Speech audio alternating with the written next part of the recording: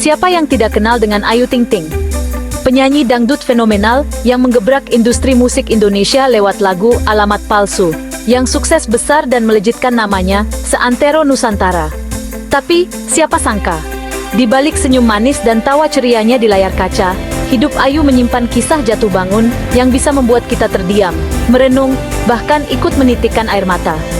Lahir dengan nama lengkap, Ayu Rosmalina pada 20 Juni 92, perempuan asal Depok ini bukan berasal dari keluarga artis ataupun orang kaya. Sejak kecil, Ayu sudah terbiasa hidup sederhana. Namun, ia punya satu kekuatan, suara merdu dan tekad baja. Lalu, apa kata ramalan tentang hidup Ayu Ting Ting? Jika melihat dari sisi astrologi, Ayu yang lahir tanggal 20 Juni berada di bawah zodiak Gemini. Zodiak yang dikenal penuh energi, cerdas, adaptif, tapi juga sering diuji dalam urusan hati. Mereka bisa terlihat kuat di luar, tapi dalamnya penuh luka yang dipendam rapat-rapat. Beberapa peramal selebriti bahkan menyebut bahwa Ayu adalah sosok dengan energi spiritual tinggi. Ia punya potensi besar dalam dunia hiburan dan bisnis, tapi kehidupannya akan terus diuji dalam bentuk hubungan personal. Ramalan tahun ke depan. Tahun ini, hingga 2 tahun ke depan, disebut-sebut sebagai masa pembalikan arah nasib untuk Ayu Ting Ting. Setelah bertahun-tahun fokus bekerja dan membesarkan Bilqis, semesta mulai membuka jalan baru. Aura romantis mulai muncul kembali dalam hidupnya. Tapi ada satu syarat, Ayu harus bisa benar-benar melepaskan luka lama dan berdamai dengan masa lalu. Disebutkan juga bahwa pasangan sejatinya bukan dari dunia hiburan, dan bisa jadi datang dari pertemuan yang tidak direncanakan. Bisa jadi teman lama, kenalan bisnis, atau bahkan seseorang dari luar negeri yang tidak tahu bahwa ia adalah Ayu Ting Ting yang terkenal. Karier? Jangan ditanya. Ramalan menunjukkan bahwa karier Ayu justru akan semakin stabil dan mendewasa. Ia akan lebih selektif memilih proyek, dan cenderung bergerak di belakang layar sebagai produser, pengusaha, atau mentor bagi penyanyi-penyanyi muda. Bahkan, nama Ayu disebut akan lebih dikenal sebagai brand daripada hanya sekadar artis. Tapi, apakah Ayu akan menikah lagi? Pertanyaan ini terus menjadi misteri publik. Namun ramalan menyebut, jika Ayu membuka hatinya tanpa membawa luka lama, ia bisa saja menikah dalam waktu 2-3 tahun ke depan. Tapi jika tidak, ia akan tetap menjadi ibu tunggal yang sukses, dan kemungkinan akan memilih hidup spiritual yang lebih tenang jauh dari gemerlap panggung hiburan. Hidup Ayu Ting Ting adalah seperti film panjang yang penuh dinamika. Tawa, tangis, cinta, kehilangan, kekuatan, dan harapan. Dari penyanyi panggung kecil di Depok, menjadi bintang besar, lalu menjadi ibu yang luar biasa.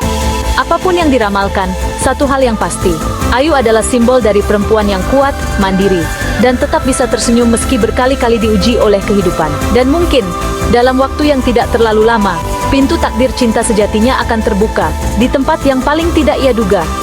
Karena seperti kata Ayu dalam salah satu lagunya, Sambalado, Sambalado, sakitnya tuh di sini.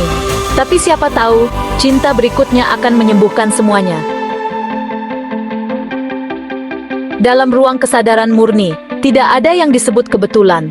Segala peristiwa, termasuk ketenaran yang mendadak, pernikahan yang cepat berlalu, menjadi ibu tunggal, hingga sorotan publik yang tak henti, semuanya adalah bagian dari kurikulum jiwa yang telah dipilih sebelum lahir ke dunia ini. Ayu, seperti semua manusia lainnya, bukan sekadar tubuh dan nama. Ia adalah jiwa yang datang untuk mengalami, mengingat, dan kembali pulang. Dalam perjalanan ini, popularitas dan kesepian hanyalah dua sisi dari pengalaman yang dipilih untuk membantu mengenali satu hal, diri sejati. Percintaan yang penuh luka. Dari pandangan kesadaran, itu bukan kegagalan. Itu adalah cermin. Setiap hubungan datang bukan untuk melengkapi, tapi untuk menunjukkan luka yang belum sembuh. Angie datang bukan untuk menyakiti, tapi untuk memunculkan luka lama agar bisa disembuhkan.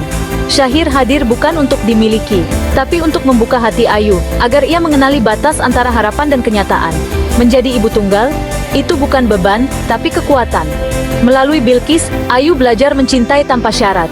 Ia diajak untuk kembali ke rumah batin, ke tempat di mana cinta tidak tergantung pada validasi luar. Sorotan publik yang tiada henti. Itu adalah latihan melepaskan ego. Saat dipuja, ia belajar tidak terlena. Saat dicaci, ia belajar tidak hancur. Di tengah gemerlap panggung, Ayu diajak untuk tetap hadir dalam keheningan dirinya sendiri. Lalu bagaimana masa depan dari sudut pandang kesadaran? Masa depan tidak ditentukan oleh ramalan, tapi oleh keberanian untuk hadir penuh dalam sekarang. Jika Ayu memilih untuk menyelami dirinya lebih dalam, melepaskan identitas palsu, dan memeluk jiwanya sendiri, maka hidup akan mulai berubah dari dalam. Cinta sejati bisa datang atau mungkin tidak, tapi kedamaian akan hadir, tanpa syarat. Sebab dalam kesadaran murni, cinta sejati bukan soal siapa yang datang ke hidup kita, tapi tentang sejauh mana kita bisa hadir untuk diri kita sendiri, dengan utuh, dengan jujur, dan dengan kasih yang tidak lagi bergantung pada dunia luar.